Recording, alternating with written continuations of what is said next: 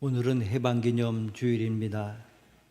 하나님께서 36년의 일제 강압에서 우리 민족에게 해방의 기쁨과 자유를 주심을 감사를 드립니다. 36년 일제 강점 기간보다도 더 긴 해방 79주년을 맞이했습니다마는 아직도 일제 강점의 아픔을 고스란히 안고 사는 국민들이 너무나 많이 있습니다. 이런 모든 분들에게 하나님의 위로가 함께 하시기를 빕니다. 그리고 우리 민족이 그리스도 안에서 참 자유를 맛보며 완전 통일을 맞아 참 해방을 누리기를 바랍니다. 나아가서 영육의 해방을 누리는 지혜로운 민족이 되기를 바랍니다. 현대 심리학 용어 중에서 고착 상태라고 하는 말이 있습니다. 이 말은 과거의 종래의 유치한 습관 혹은 부정적인 습관을 버리지 않고 계속 유지함으로 심리적 안정을 얻으려고 하는 현상을 말하는 것입니다. 이런 고착 상태에 빠진 사람은 변화를 싫어합니다. 무조건 변화는 싫어합니다. 변화를 두려워합니다. 그리고 변화되지 않은 낡은 것에 매여서 거기서 안정을 누리려고 합니다. 그러나 여러분, 이것을 분명히 알아야 합니다. 이것이 가능한 일입니까?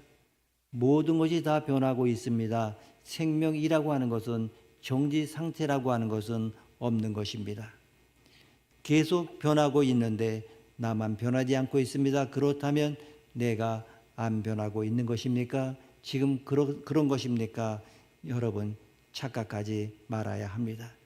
그것은 내가 지금 퇴보라고 하는 변화를 일으키고 있는 것입니다. 차가 속도를 내서 여러 대가 물밀듯이 밀려갑니다. 거기에 한길 가운데 서 있다 보게 되면 차들이 아주 빨리 달려갑니다. 그럴 때 나는 서 있습니다.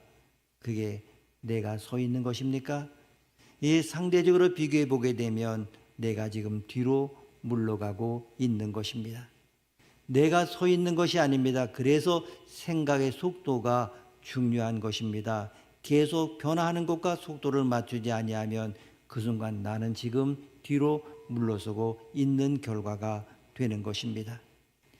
그럼에도 불구하고 우리는 어리석게 내가 고집을 부리고 있으면 정지 상태가 유지된다고 생각합니다. 아닙니다. 나는 지금 뒤로 물러가고 있는 것입니다. 여러분, 변화는 사회에 있어서 생각의 변화의 속도를 맞추면 정지 상태가 이루어지고 거기에 안정이 오는 것입니다. 그러므로 생명적으로 사는 사람은 변화를 두려워하지 않습니다. 오히려 변화를 즐깁니다. 변화를 타고 넘으면서 거기서 창조적인 것을 생각합니다. 이것이 바로 새로운 세계입니다. 그럼에도 불구하고 이런 고착 상태에 빠져서 몸부림치다가 세상이 왜 이 모양이냐, 그리고 심장이 터져서 죽습니다. 이것은 세상이 잘못된 것이 아니라 내가 잘못되고 있는 것입니다. 내가 어리석은 고착 상태라고 하는 병에 빠져서 스스로 퇴보하고 거꾸로 변화된 것입니다. 이 상태를 잊어서는 안 됩니다. 모든 예술 작품을 보게 되면 그 예술 작품은 작가의 마음에서 나오는 것을 봅니다. 그림도 마음에서 나옵니다. 음악도 마음에서 나옵니다. 세상을 변화시키고 사람을 감화시키는 위대한 사상이나 위대한 인생, 세상의 아름다운 모든 것이 아름다운 마음에서 나옵니다. 그런가 하면 우리를 비참하게 만드는 온갖 죄악들도 마음에서 나옵니다. 예수님께서 이 사실을 말씀하신 적이 있습니다. 어느 날 바리새인들이 예수님께 시비를 걸었습니다. 당신의 제자들은 왜 손을 씻지 않고 음식을 먹습니까? 물론 손을 씻고 음식을 먹으면 좋겠습니다. 여러분, 우리가 음식을 먹을 때 손을 씻고 음식을 먹습니다마는 꼭 그렇게 합니까? 어느 때는 씻지 않고 먹는 경우도 종종 있습니다. 그러나 바리새인들이 이렇게 시비한 이유가 무엇입니까? 그것은 종교적인 것 때문이 위생적인 것 때문이 아닙니다. 먹기 전에 씻는 것은 일종의 종교적인 그러한 관행이었습니다. 소위 전해 내려온 장로들의 유전이었습니다. 당시 바리새인들은 형식적으로 손가락 끝에 조금 물을 딱 묻혀가지고는 나는 깨끗하다, 이렇게 이야기합니다. 자신을 정결한 사람이라 이게 보이곤 했습니다. 그들은 교만하게 짝이 없었습니다. 그런데 예수님께서 말씀하십니다. 뭐라고 말씀하십니까? 입으로 들어간 것이 사람을 더럽게 하는 것이 아니라 입에서 나오는 것이 그 사람을 더럽게 하는 것이라 말씀합니다. 무슨 말씀입니까? 밖에서 들어가는 것이 더러운 것이 아니라 사실은 사람의 마음에서 나오는 것이 진정으로 더럽다는 말씀입니다. 예수님께서는 사람의 마음에서 악한 생각과 살인과 간음과 도둑질과 거짓 증거와 회방 같은 것이 나온다고 말씀합니다. 모든 죄는 마음에서 나옵니다. 반대로 모든 아름다운 것도 마음에서 나옵니다. 그렇기 때문에 누가복음 6장 45절에서는 선한 사람은 마음에 쌓은 선에서 선을 내고 악한 자는 그 쌓은 악에서 악을 내나니 이는 마음에 가득한 것을 입으로 말함이라 말씀하고 있습니다. 모든 것의 원인은 바로 마음입니다. 중요한 것은 마음에 무엇이 쌓여 있느냐 하는 것입니다. 마음이 잘못되면 인생 전체가 잘못됩니다. 마음이 충실하면 삶이 충실합니다. 그렇기 때문에 우리는 마음에 관심을 가져야 됩니다. 그래서 잠언 4장 23절에 보게 되면 모든 지킬 만한 것 중에 더욱 내 마음을 지키라. 생명의 근원이 이에서 남이라. 이렇게 말씀하십니다. 오늘 읽은 본문은 마음의 중요성을 우리에게 가르쳐주고 있습니다. 본문은 두 분으로 대조가 됩니다. 17절부터 첫 부분에서는 이방인들의 마음에 대하여 언급하고 있습니다. 반면에 20절 이하에서는 예수를 믿는 신자들이 가져야 할 마음에 대한 말씀합니다. 그렇다면 이방인의 마음은 어떻습니까? 17절에 보게 되면 이방인은 그 마음에 험한 것으로 행함같이 행하지 말라 말씀합니다. 여기서 험악하다고 하는 것은 우상 숭배를 나타내는 말인데 다른 말로 바꾸면 쓸모없는 헛된 생각이라고 하는 의미입니다. 이런 마음을 가진 결과가 18절에 이런 대로 총명이 얻어지고 무지함이 있고 마음이 굳어지게 됩니다. 또한 19절에 보게 되면 감각 없는 자가 되어 자신을 방탕에 방임하고 모든 더러운 것을 욕심으로 행한다고 했습니다. 그 결과가 무엇입니까? 하나님의 생명에서 떠나 있다고 했습니다. 마음이 부패된 결과는 하나님의 생명과 단절되는 것입니다. 결국 멸망하는 것입니다. 반면에 성도들은 어떤 마음을 가져야 됩니까? 20절 말씀 함께 읽습니다. 20절입니다. 오직 너희는 그리스도를 그같이 배우지 아니하였느니라. 아멘. 성도들은 이방인처럼 되면 안 됩니다. 성도들은 주님께 그렇게 배우지 않았습니다. 그렇다면 어떻게 해야 됩니까? 23절 말씀 함께 읽습니다. 23절입니다. 오직 너의 심령이 새롭게 되어. 아멘. 오직 심령이 새롭게 되라고 말씀합니다. 성도는 그 심령이 새롭게 되어야 됩니다. 하나님은 우리의 속사람이 새로워지기를 원하십니다. 그러므로 여러분 하나님을 기쁘시게 하고 싶으십니까? 그렇다면 새 마음을 가지십시오. 하나님의 아름다운 마음을 가진 사람을 기뻐하십니다. 그래서 잠언 23장 15절 말씀 보게 되면 내 아들아 만일 내 마음이 지혜로우면 나곧 내 마음이 즐겁겠다 이렇게 말씀합니다. 우리 마음이 지혜로우면 하나님 아버지께서 기뻐하십니다. 마음이 아름다워서 하나님을 기쁘시게 했던 그런 사람이 있습니다. 그는 누굽니까? 이스라엘 왕 중의 왕인 다윗입니다. 사도행전 13장 22절에 보게 되면 내가 이새의 아들 다윗을 만나니 내 마음에 합한 사람이라 내 뜻을 다 이루게 하리라 하시더니 이렇게 말씀하고 있습니다. 다윗은 마음이 아름다워서 하나님의 마음에 들었고 그 결과 그 마음으로부터 위대한 인생이 나왔습니다. 아름다운 마음은 아름다운 성공을 거두는 비결입니다. 또한 하나님의 마음을 하나님의 실망시키는 것도 마음이라고 하는 것입니다. 열왕기상 15장 3절을 보게 되면 하나님께 유대왕 아비암을 평가하신 말씀이 나옵니다. 그런데 하나님은 이 아비암의 외모나 개인적 능력을 문제 삼지 않으셨습니다. 하나님은 마음을 보셨습니다. 아비암의 그 부친이 이미 행한 모든 죄를 행하고 그 마음이 그 조상 다윗의 마음같이 아니하였다고 했습니다. 아비암의 마음은 다윗의 마음을 따를 수 없었습니다. 그냥 그 마음 경쟁에서 진 것입니다. 지금 우리의 마음은 어떻습니까? 하나님은 우리의 마음들을 비교하십니다. 오늘 예배하러 이렇게 나오셨는데 곱게 입고 분단장하고 나오셨죠?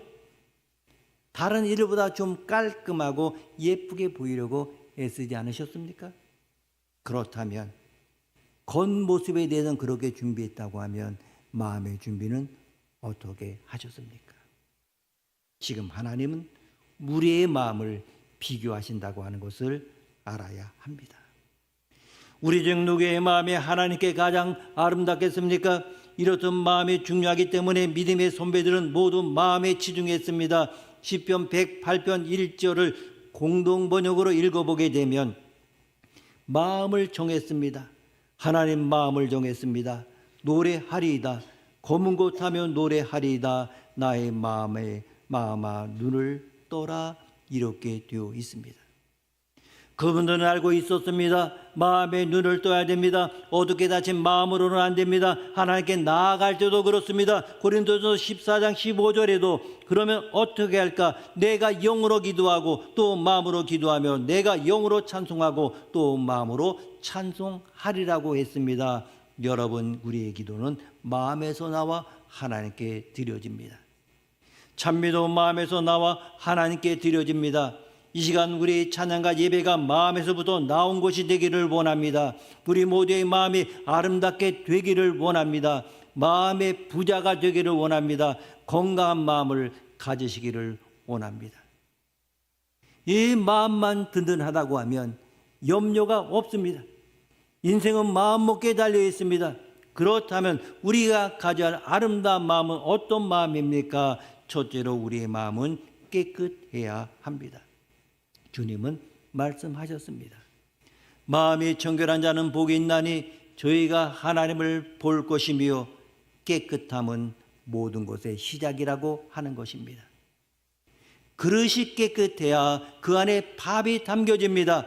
방이 먼저 깨끗하게 되어야 장롱을 들여놓습니다. 깨끗하게 되는 것은 그 다음 일을 위한 기초라고 하는 것입니다. 반대로 깨끗하지 않으면 아무것도 이루어지지 않습니다. 더러운 그릇에 새 밥을 담지 않습니다. 은혜의 삶도 청결에서 시작이 됩니다. 축복의 삶도 청결에서 시작됩니다.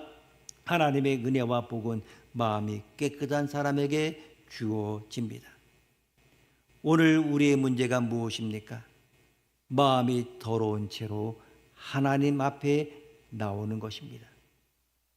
가장 심각한 우리의 병이 무엇입니까? 마음을 씻을 줄을 모르는 것입니다. 회개할 줄을 모릅니다. 죄를 더럽게 여기지 않습니다. 간직해야 할 소중한 것과 쓰레기를 구분할 줄 모릅니다. 자신은 깨끗하고 생각하는 착각에 빠져 있습니다. 오늘 부흥전도단 무디는 형무소에서 설교하게 되었습니다. 그 전날 이제 조그만 여관에 묵게 되었는데 여관 주인은 무디를 알아보고 반가워했습니다. 여관 주인은 그 다음날 교도소 예배에 동행을 했습니다. 강당은 교도소 직원들과 수감자들로 아주 가득 차 있었습니다. 무디는 인간의 심각한 죄에 대하여 설교했습니다. 그리고 하나님의 사랑과 용서에 대하여 설교를 했습니다. 설교가 중간쯤 이르자 여기저기서 죄를 뉘우치며 흐느끼기 시작했습니다. 마룻바닥을 치며 통곡을 하는가 하면 가슴을 치면서 회개를 했습니다. 설교를 마치고 돌아올 때 여관 주인이 말했습니다. 오늘 설교 아주 대단했습니다. 모든 사람이 다 회개했습니다. 더 놀라운 것은 교도관들까지도 통곡하면서 회개했습니다. 아마 그 강단 안에 있던 사람 중에 한 사람도 회개하지 않은 사람이 없을 것입니다. 그때 무디가 말했습니다. 아닙니다. 회개하지 않은 사람이 한 사람이 있습니다. 그게 누굽니까? 바로 당신입니다. 여러분, 이 세상에 죄인 아닌 사람은 한 사람도 없습니다. 더러운 사람보다 더 심각한 것은 더러운 줄 모르는 사람입니다. 더러운 사람은 더러운 줄 알기 때문에 씻으러 갑니다. 그러나 더러운 줄 모르는 사람은 씻을 생각도 하지 않습니다. 오늘날 누가 예수님의 십자가 보혈 앞에 나옵니까? 자신의 죄를 아는 사람들입니다. 이 자리에 있는 우리 모두가 씻겨 정결하게 되기를 원합니다. 그래서 히브리서 10장 22절은 말씀합니다. 우리가 마음의 뿌림을 받아 악한 양심으로부터 벗어나고 몸은 맑은 물로 씻음을 받았으니 참 마음과 온전한 믿음으로 하나님께 나아가자. 두 번째로 성도는 예수님의 마음을 가져야 합니다. 여러분, 우리는 사람보다도 예수님을 닮아야 됩니다. 그렇게 하기 위하여 훌륭한 사람보다 예수님을 더 사모해야 하는 것입니다. 훌륭한 사람보다 예수님을 더 사랑해야 합니다. 훌륭한 사람보다 예수님을 더 배우고 본받도록 힘써야 하는 것입니다. 그래서 빌립보서 2장 5절 말씀 보게 되면 우리 마음의 목표가 예수님의 마음임을 선언합니다. 너희 안에 이 마음을 품으라. 곧 그리스도 예수의 마음이니 나는 마음이 온유하고 겸손하니 나의 명을 메고 내게 배우라. 그리하면 너희 마음이 쉼을 얻으리니. 마태복음 11장 29절 말씀입니다. 여러분, 그렇다면 이처럼 정결한 마음, 예수님을 닮은 마음은 어떻게 이룰 수 있습니까? 24절 말씀 함께 읽습니다. 24절입니다. 하나님을 따라 의와 진리의 거룩함으로 지으심을 받은 새 사람을 입으라.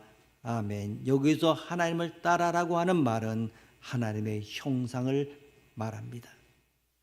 본래 사람은 하나님의 모습으로 지음받았습니다. 그러나 이 모습이 죄로 인하여 망가졌습니다. 우리가 다시 새 마음 가진 새 사람이 되려면 우리의 근본이신 하나님께 집중해야 합니다.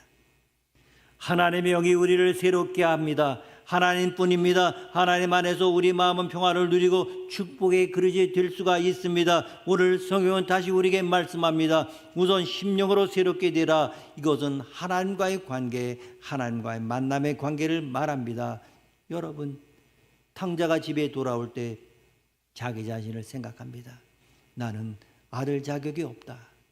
아버지 마음을 너무나 상하게 했고 너무나 많이 타락해서 나는 아들의 자격이 없다. 그냥 품꾼이 하나로 삼아달라고 이렇게 해야 되겠다. 그리고 내가 굶지 않고 살게 해달라고 이렇게 말해야 되겠다 하며 초라한 마음 가지고 돌아오지 않습니까? 그러나 아버지가 그를 만납니다. 너는 내 아들이라. 그때 아버지 얼굴을 봅니다. 아버지의 얼굴을 보며 아버지의 그 뜨거운 사랑에 감격하는 순간에 나의 더러운 과거 부끄러운 모습은 다 잊어버리고 맙니다. 그리고 영광된 잔치에 참여합니다. 오늘 성경은 말씀합니다. 낡은 옷은 벗어버리고 새 옷을 입으라. 아버지는 그에게 아들의 옷을 입혔습니다. 옷은 신분을 말하는 것입니다. 아들의 신분을 주었습니다. 너는 내 아들이라 사랑으로 덮었습니다. 사랑으로 감쌉니다. 거기서 녹아져서 그는 아들의 정체의식을 가지면서 새 사람이 됩니다. 아버지와 만나는 관계에서 새 사람이 된 것입니다. 여러분, 사람은 물질로 달라지지 않습니다. 물질로 사람을 바꾸지 못합니다. 환경으로 사람을 바꾸지 못합니다. 또한 제도를 바꿔서 문제를 해결하려고 합니다. 그것도 가치관이 바뀌기 전에는 안 됩니다. 구조를 바꾸고 사회제도를 바꿔서 문제를 해결하겠다고 했던 사람이 누굽니까? 칼 마르크스입니다. 그는 실패했습니다. 그러하기 때문에 외적 문제에선 내적 문제로 변화를 일으키지 못합니다. 내적인 것은 내적으로, 영적인 것은 영으로 가능합니다. 내적인 변화가 있을 때 비로소 사회도 인간도 변하는 것입니다. 거듭남은 말씀으로만 가능합니다. 사람이 떡으로만 사는 것이 아닙니다. 하나님을 만나고 하나님 말씀을 먹을 때에 사람이 됩니다. 근본은 영적인 문제요, 그것은 하나님의 사랑의 문제요, 하나님과의 만남의 문제입니다.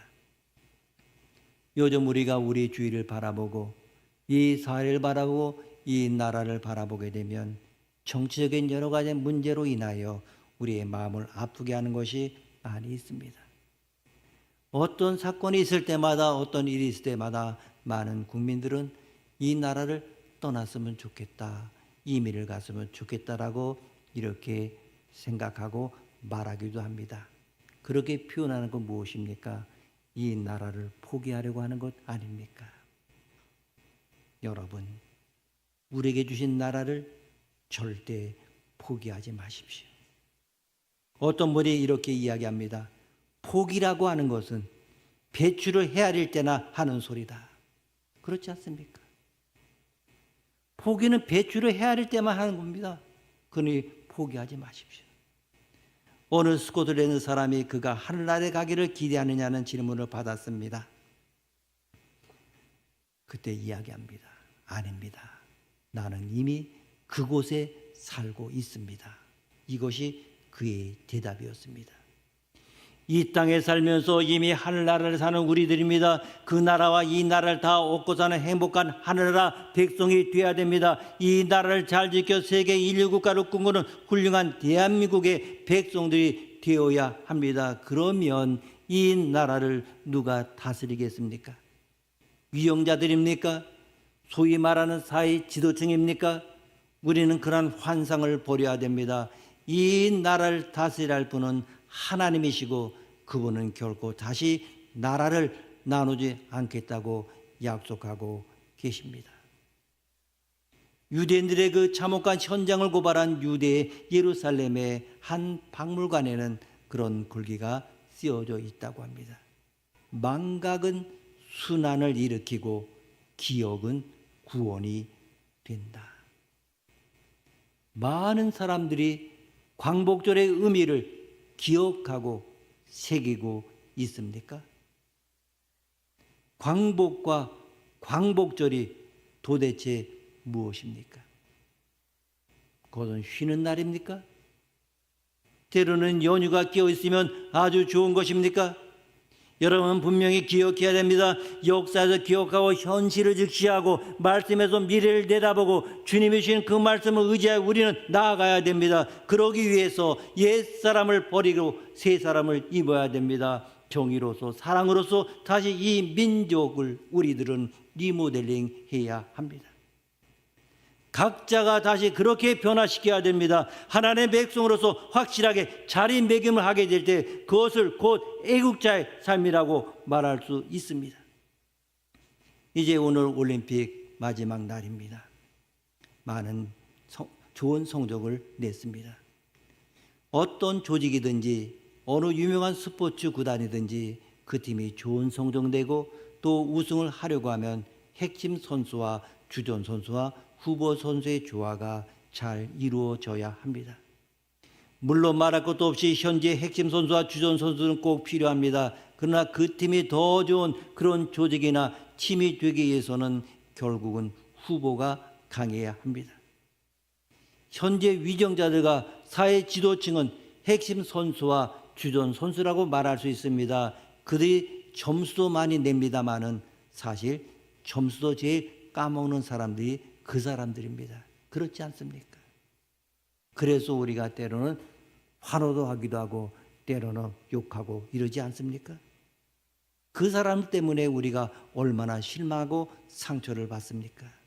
그렇기 때문에 교회가 먼저 믿는 사람들이 이제 우리 미래 세대들에게 눈을 돌려서 그들이 아니라 이 민족을 이끌어 나갈 수 있도록 강력하게 키워내고 양육해야 하는 것입니다. 그들이 미래를 책임질 수 있도록 그들을 양육해야 합니다. 왜냐하면 후보가 승부를 좌우하기 때문입니다. 로날드 롤하이저가 그랬습니다. 현재는 교회에 관해서는 휴가 중이다. 하나님 나라는 원하지만 교회는 원치 않는다. 이것이 잘못입니다. 하나님의 나라를 원하는 사람은 이 땅의 나라도 이 땅의 교회도 원하고 지켜야 됩니다. 현대인들은 맞지 않는 삶을 살고 있다고 하는 것입니다. 이 땅에 충실한 자가 하나님 나라에 충실한 사람들입니다. 예수님께서 하늘과 땅의 모든 권세를 내게 주었다고 하셨습니다. 왜 이 말을 하셨겠습니까? 하늘의 권세, 땅의 권세를 우리에게 줄 테니까 가지고 나가서 일하라고 하신 것입니다.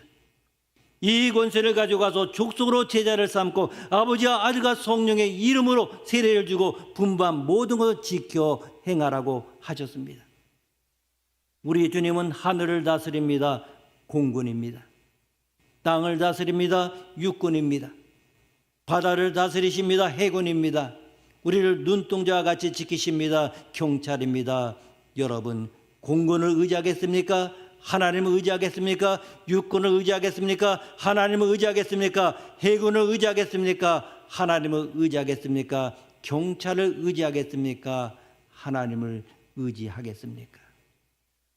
찬송가 543장의 가사처럼 세월 지나갈수록 의지할 것뿐일세 아무 일을 만나도 예수 의지합니다.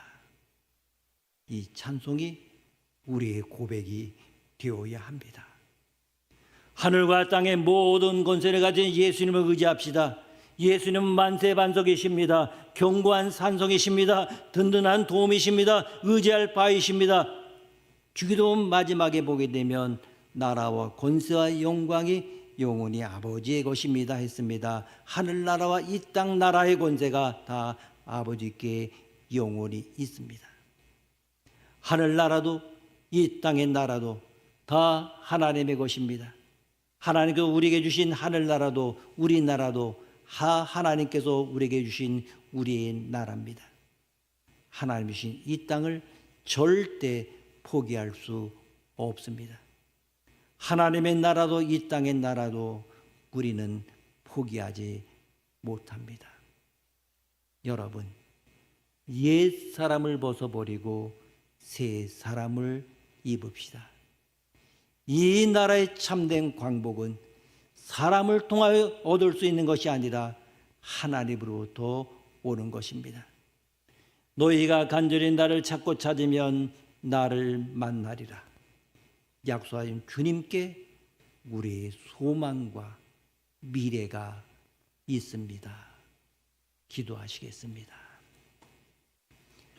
하나님 아버지, 세상은 달라지고 있습니다마는 우리는 달라지는 세상에 대하여 두려워하고 있고 그것을 능가할 만큼 확실한 변화를 이루지 못하고 살아가며 불안에 떨고 있습니다. 주여 불쌍히 여겨 주옵소서. 이제 오나오니 이 모든 변화 속에 우리를 향한 하나님의 뜻이 어디에 있는지를 알게 하여 주옵소서. 이 나라의 참된 광복도 하나님으로부터 오게 하시사 심령으로 새롭게 되어 능히 이 세상을 고칠 수 있고 빛으로 어둠을 몰아낼 수 있고 사랑으로 미움을 이기면서 새로운 창조의 역사를 이루어가게 하여 주시옵소서. 존귀하신 예수님의 이름으로 기도드립니다. 아멘.